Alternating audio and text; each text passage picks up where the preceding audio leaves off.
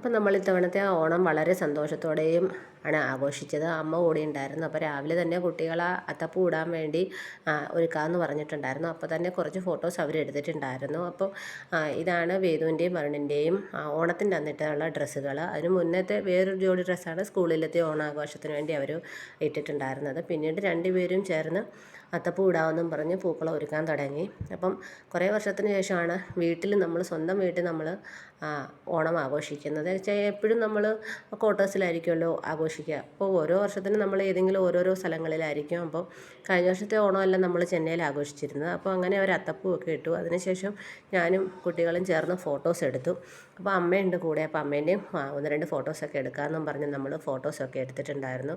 അപ്പോൾ അതൊക്കെ നമ്മുടെ ഒരു ലൈഫിലെ സന്തോഷങ്ങളാണ്. അതിനുശേഷം നമ്മൾ നേരത്തെ തന്നെ ഫുഡെല്ലാം ഉണ്ടാക്കി വെച്ചിട്ടുണ്ടായിരുന്നു. നമുക്ക് നാരങ്ങ അച്ചാർ ഉണ്ടാക്കി, നമ്മൾ കൂട്ടുകറി, പിന്നീട് നമുക്ക് പരിപ്പ് കറി ഉണ്ടാക്കി, ക്യാബേജും ക്യാരറ്റും ചേർന്ന തോരൻ, ഇഞ്ചിക്കറി, ഉപ്പ്, നമ്മുടെ രസം, പിന്നെ നമ്മൾ അരിയട പായസമാണ്, സേമിയ പായസം, പിന്നെ നമ്മുടെ ശർക്കര പുരട്ടിയും, ഉപ്പേരി, അവിയൽ, തോരൻ, നമ്മുടെ പപ്പടം, പിന്നെ നമുക്ക് സാമ്പാർ, പിന്നെ ചോറ്, കുത്തരി ചോറ്, ഇങ്ങനെയാണ് നമ്മൾ ഉണ്ടാക്കിയിട്ടുണ്ടായിരുന്നത്. അതിനുശേഷം വേദു അപ്പോഴേ പറഞ്ഞു ഓക്കെ എന്നാൽ 1:30 ആയില്ലേ നമുക്ക് ഫുഡ് കഴിക്കാമെന്ന് പറഞ്ഞ് ഇരുന്നു.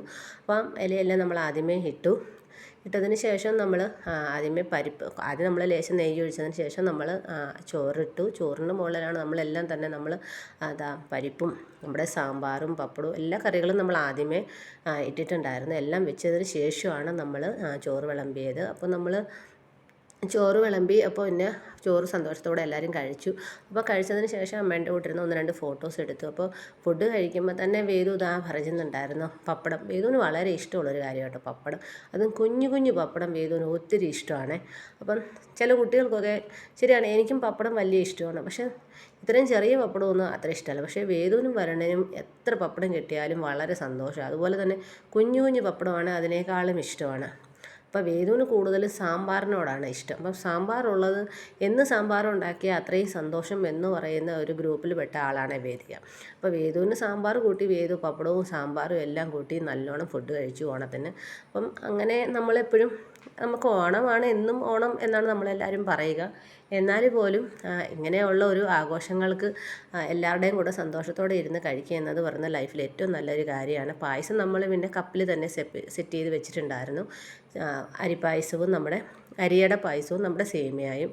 പിന്നീട് നമ്മൾ ലാസ്റ്റിലാണ് അമ്മ കഴിച്ചത് തരുമ്പോൾ തന്നെയാണ് നമ്മുടെ രസം ഒഴിച്ച് അമ്മ കഴിച്ചിട്ടുണ്ടായിരുന്നത്. അപ്പോൾ വേദു കഴിക്കുമ്പോൾ തന്നെ ഇങ്ങനെ വീഡിയോസൊക്കെ എടുക്കുമ്പോൾ തന്നെ പറയുന്നുണ്ടായിരുന്നു. അപ്പോൾ അങ്ങനെ ഈ വർഷത്തെ ഓണം വളരെ സന്തോഷത്തോടു കൂടി നമ്മൾ കഴിച്ചു. പിന്നീട് കഴിക്കുന്ന ഒന്ന് രണ്ട് ഫോട്ടോസ് എടുക്കാമെന്ന് പറഞ്ഞപ്പോൾ ശരിയെന്നും പറഞ്ഞ് ഒന്ന് രണ്ട് ഫോട്ടോസ് അമ്മേൻ്റെ എടുത്തു. പിന്നെ നമ്മളെല്ലാവരും അത്തപ്പൂവിൻ്റെ അടുത്ത് പോയി കുറച്ച് നേരം പൂക്കളുടെ കൂടെ ഇരിക്കാം എന്ന് വിചാരിച്ച് സന്തോഷത്തോടു കൂടി ഇരുന്നു. അപ്പോൾ അതിനുശേഷം ഒരു 2:30 3 ആയപ്പോഴത്തേക്ക് അനിയനും അമ്മയും വന്നിട്ടുണ്ടായിരുന്നു. അപ്പോൾ വന്നു.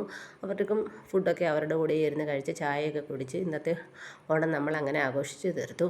പിന്നീട് വേദിക അപ്പോൾ അനിയന് വണ്ടിയുണ്ട്. അപ്പോൾ അനിയൻ്റെ വണ്ടിയുടെ മുകളിൽ കയറിയിരുന്ന് കുറച്ച് ഫോട്ടോസൊക്കെ വേദു എടുത്തു. അപ്പോൾ ഉണ്ണീൻ്റെ കൂടെയുള്ള ഫോട്ടോസ് ഞാനും എടുത്തിട്ടുണ്ടായിരുന്നു.